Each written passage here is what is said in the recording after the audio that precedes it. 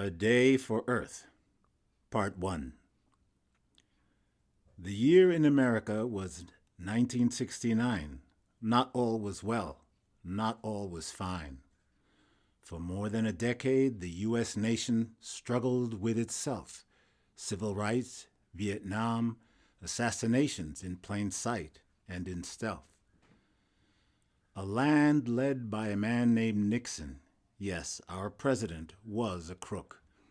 Yet his face hid many others who also from the country took rights and resources, damaging our lands and constitution.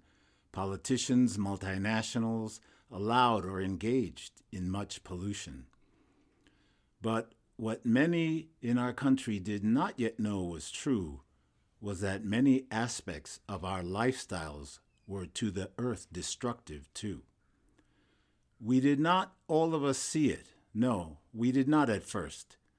Gaylord Nelson of Wisconsin saw and feared the worst.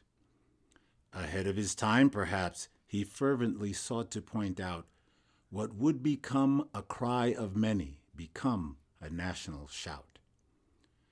Without the health of the earth we live on, no one can survive.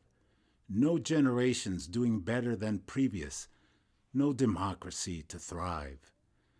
Nelson, in '69, at the site of the massive Santa Barbara oil spill, had an idea, a concept, made a decision, and fixed his will.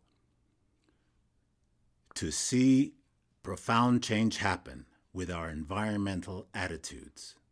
Real change, not talk, vague promises, and political platitudes. A politician himself, he understood the Washington, D.C. game, and that we all lose if the earth loses, no matter who's to blame.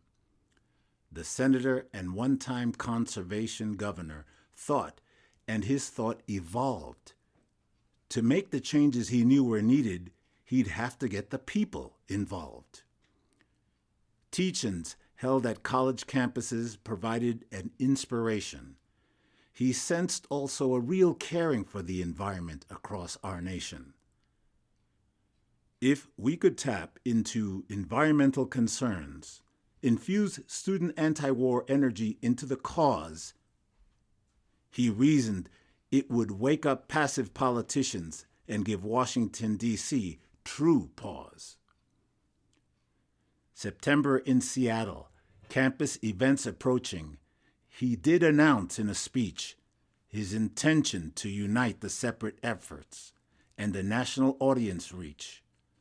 Back then, major news media helped him make the very most, broadcasting his idea around from coast to coast to coast. Nelson said, "This is the time for old-fashioned political action," voicing that it needed all the people and not just any one faction. So, April 22nd, 1970, then became the very first Earth Day, founded in hope that love for our planet might now begin to hold sway. Not quoting Gaylord Nelson, but one wonders if he might have said, "To love life is to love the earth, where we all must make our bed."